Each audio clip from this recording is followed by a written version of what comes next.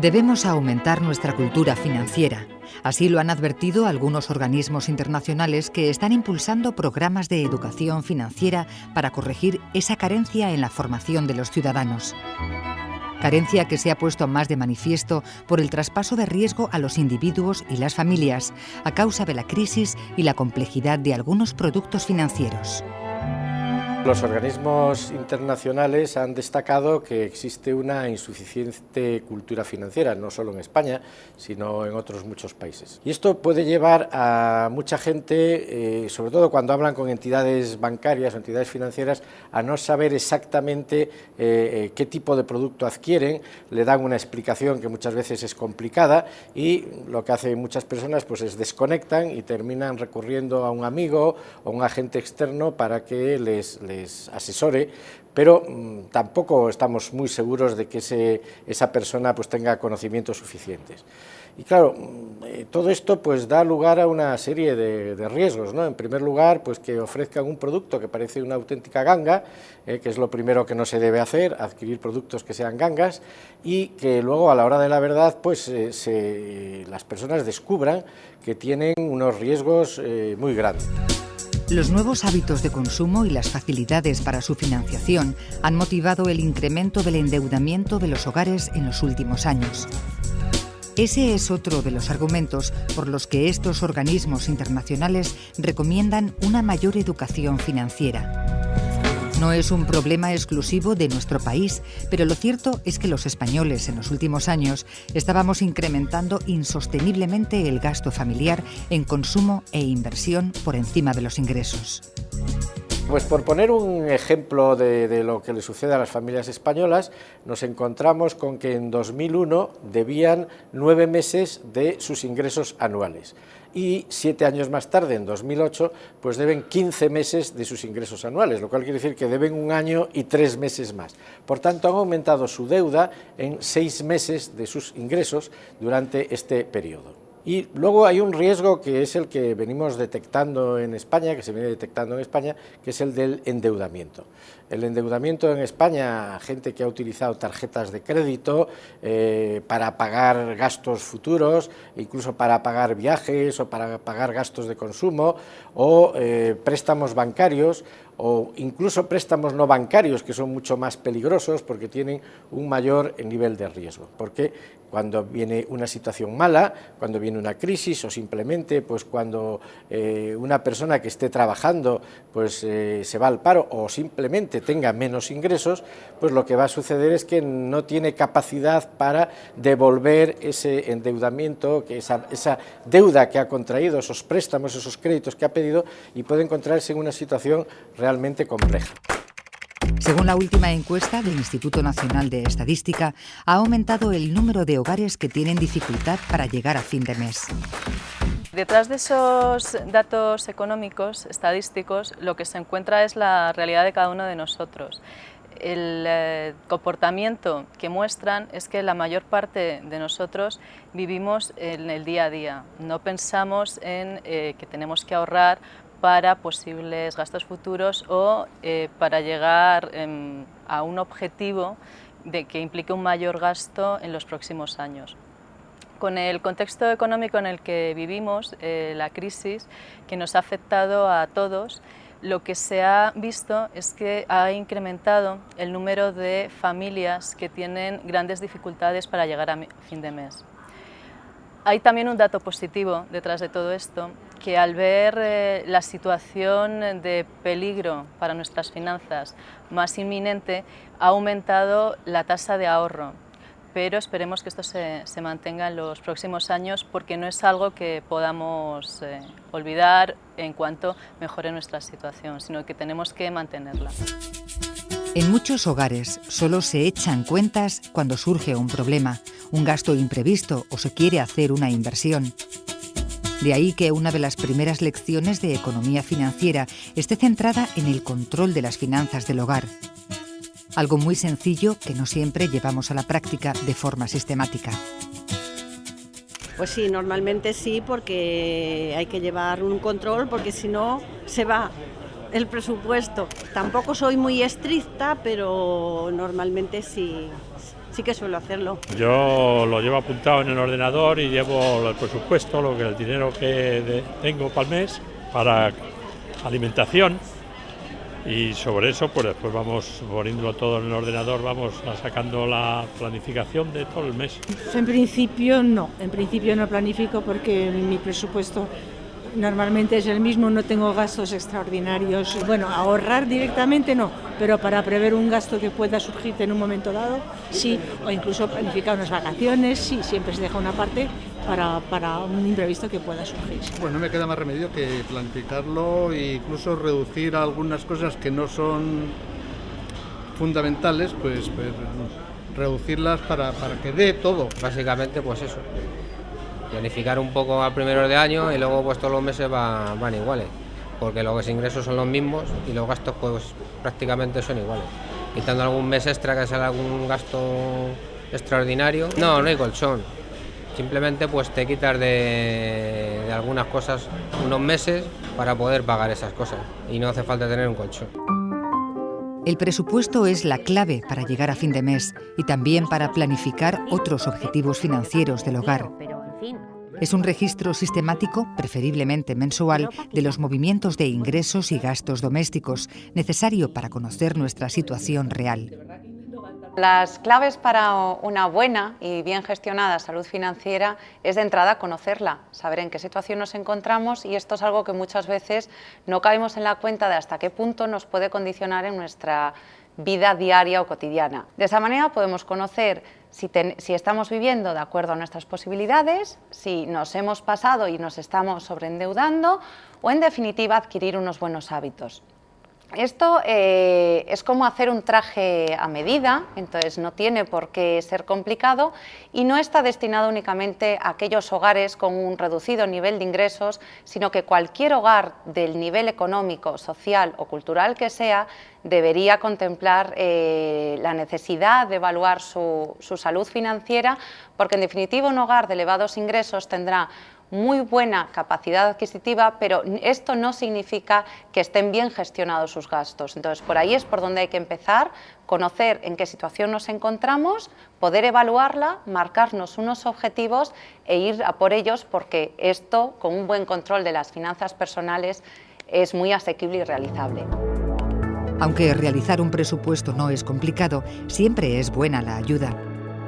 Con este objetivo, el Banco de España y la Comisión Nacional del Mercado de Valores han puesto en marcha el portal Finanzas para Todos, en el que se explica cómo realizar un presupuesto de forma sencilla, además de otras cuestiones básicas sobre finanzas personales. En el mercado y en Internet se pueden encontrar también programas de ordenador que nos facilitan la realización de un presupuesto, aunque el clásico bloc de notas también sirve. En cualquier caso, lo importante es llevarlo a la práctica y controlarlo. Hay varias recomendaciones para la realización de un presupuesto que son fundamentales.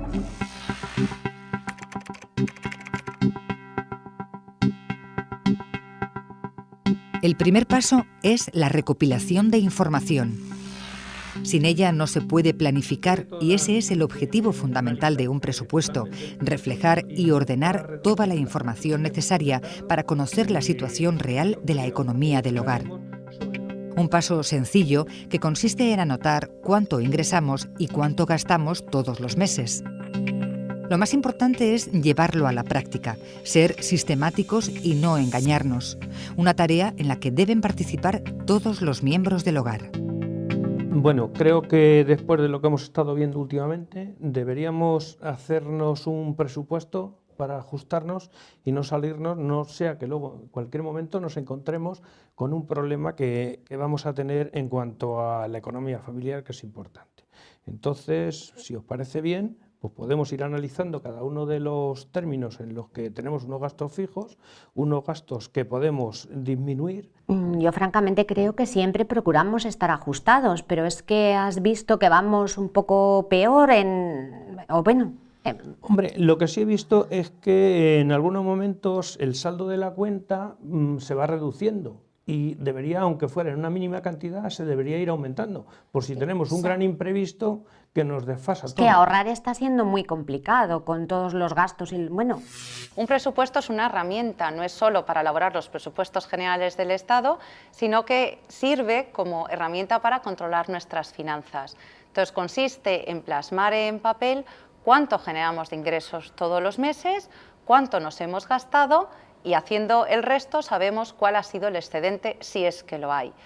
Esto, para hacerlo, es muy recomendable hacerlo en familia, es decir, todos los miembros de una unidad familiar se deberían de reunir, sentarse alrededor de una mesa y entre todos decir cuánto aportamos de ingresos a esta familia todos y qué nivel de gastos estamos realizando. Entre otras cosas porque es la manera de concienciarnos y de establecer cierta disciplina, porque muchas veces pues, los hijos no son conscientes de que los ingresos no son ilimitados y que los gastos podrían llegar a serlo. Entonces, en ese sentido es un buen ejercicio que toda una familia se reúna y consiste en poner encima de la mesa toda la información. La información que va desde extractos bancarios, los extractos de la tarjeta de crédito, todas las nóminas, ver qué gastos son habituales, qué gastos se pueden controlar y entre todos un poco llegar a conocer cuál es la situación. Es como hacer una radiografía de ese momento. En el apartado ingresos solo se incluyen los denominados ingresos ordinarios, es decir, el dinero con el que contamos todos los meses. En primer lugar, lo que hay es que recopilar todos los ingresos que se generan en una familia. Aquí no valdría incluir cosas excepcionales o extraordinarias como recibir una herencia, ganar la lotería o simplemente vender una obra de arte que tenemos en nuestro poder.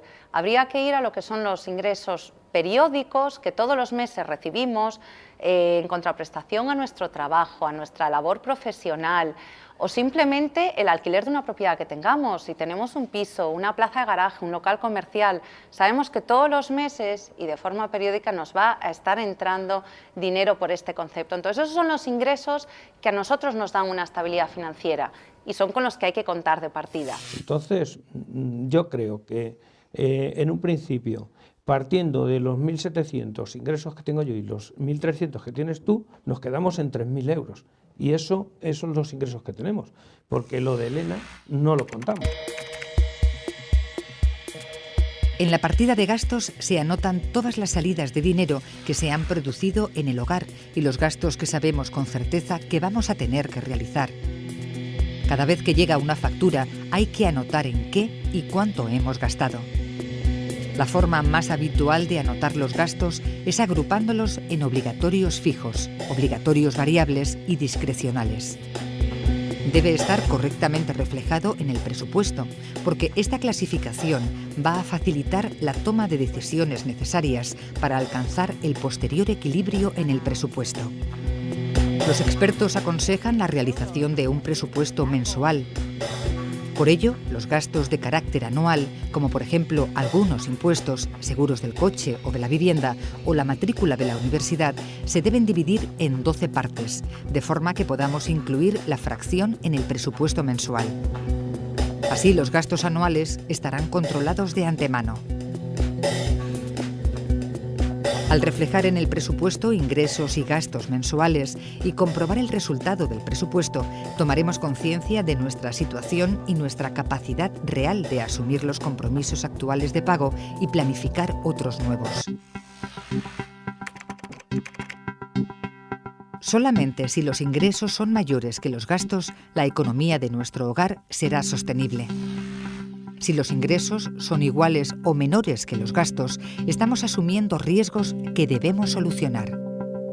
La peor de las situaciones es cuando los gastos superan los ingresos. Esto es una situación insostenible que en muchos de los casos lleva a que las familias, las personas, en el día a día vuelvan a endeudarse a unos tipos mayores, con lo cual es como una gran bola de nieve que acaba, pues, en muchos casos con embargos, con una incapacidad total para hacer frente a la vida del día a día.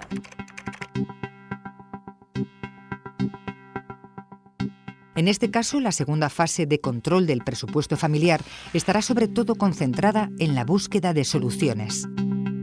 Esto se hace priorizando y reduciendo los gastos. Como en principio los gastos fijos no son modificables, tendremos que empezar a revisar los gastos variables de forma consensuada entre todos. Dentro de los gastos variables también hay como dos grandes grupos. Esos que son necesarios, como todo el tema de suministros en el hogar, que aunque son necesarios no quiere decir que sean rígidos, es decir, podemos ser un poquito flexibles, entonces apagando las luces al salir de una habitación o cerrando un grifo mientras nos estamos lavando los dientes o poniendo un programador para los temas de calefacción, aunque podemos conseguir ahorros que luego a la larga van a ser importantes, siendo un poquito responsables en nuestros hábitos. Aquí tienes la última nota de cuando hemos ido al supermercado. Hombre, aquí hay cosas, siempre hay cosas que se pueden reducir. Ya, pero vamos, mensualmente, ¿cuánto? Pues a lo mejor unos... 700 euros más o menos. No, yo creo que menos, podemos ir a menos, podemos ir a 550, 600... Bueno, y luego el otro gran grupo dentro de los gastos variables son aquellos que son discrecionales y que por tanto son prescindibles, que ahí sí influye mucho el ritmo que la familia quiera llevar. Entonces, si tiene una actitud responsable en sus hábitos de gasto, pues entonces será más fácil alcanzar esas pequeñas metas. Yo como ejemplo hice el cálculo de una familia que uno de sus miembros deja de comprar una cajetilla de tabaco al día. Una cajetilla de tabaco no es más que 3,5 €, que uno puede decir, bueno, esto es calderilla. Pues al cabo de un mes, esos 3,5 € se convierten en 105 €, que uno puede seguir pensando que tampoco es un despilfarro mayor, pero si ese dinero lo metiéramos en una cuenta que todos los meses nos diera una rentabilidad, lo estándar puede ser un 3,5, es que al cabo de 10 años estamos hablando de un ahorro de 12.258 €. Con lo cual pues nos podríamos plantear comprarnos un coche o hacer ese crucero estupendo que nunca sacamos dinero, simplemente con una modificación pequeña en nuestros hábitos que además de nuestra salud financiera le sentaría muy bien también a nuestra salud física.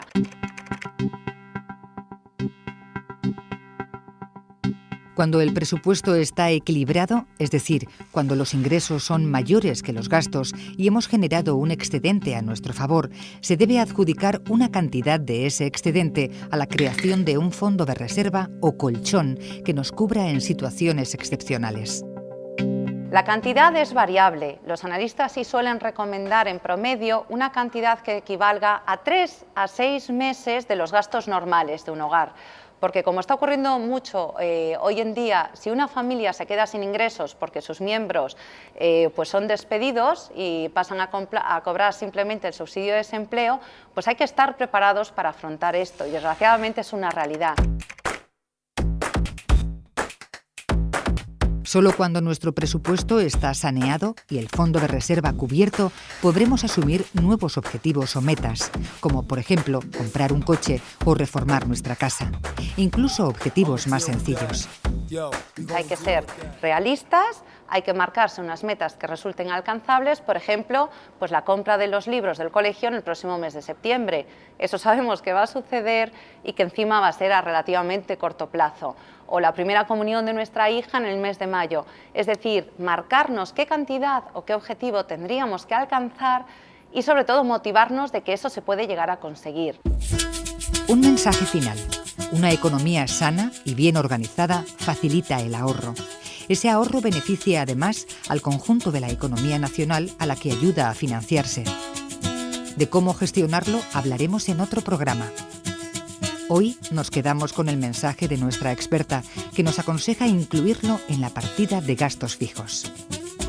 Lo normal, se suele decir, puede ser un 10% de nuestros ingresos, dejarlo separado y muchas veces para no tener esa tentación de gastar el dinero que en teoría debería ir destinado a ese ahorro con buena voluntad, pues nos surge un imprevisto y tiramos de él, lo que se podría hacer es simplemente pues, hacer una orden periódica de transferencia en nuestra entidad, de tal manera que todos los meses ese ahorro que consideramos un gasto fijo obligatorio se deposite en una cuenta y ya sale fuera de cualquier tentación de gastarlo. Entonces, yo lo que quiero es ser optimista, pues porque con hábitos buenos de ahorro, creando un fondo de emergencia y evitando cualquier tipo de gasto superfluo, se pueden alcanzar las metas financieras. Como hemos visto, el presupuesto y la planificación son herramientas imprescindibles que nos ayudan a mejorar nuestra economía y a alcanzar nuestros objetivos de forma organizada, favoreciendo un gasto más equilibrado y un consumo más responsable. No, pero es que yo creo que siempre vivimos un poco por encima de lo que podemos. Entonces, bueno, si nos ajustamos a este nuevo presupuesto... También tenemos que valorar que el coche ya tiene 4 o 5 años, que exactamente ahora mismo no me acuerdo, y que en un futuro pues tendremos que sustituirlo y deberemos tener ahí una cantidad para ello. Pues intentar lograr ese colchón de llegar a esos... ¿Del 10? A esos 300 euros, 300 y algo. Yo sé que la situación es difícil y que, bueno, que como están las cosas es muy difícil seguir reduciendo, pero bueno, que lo que se suele decir, lo de tacita a tacita.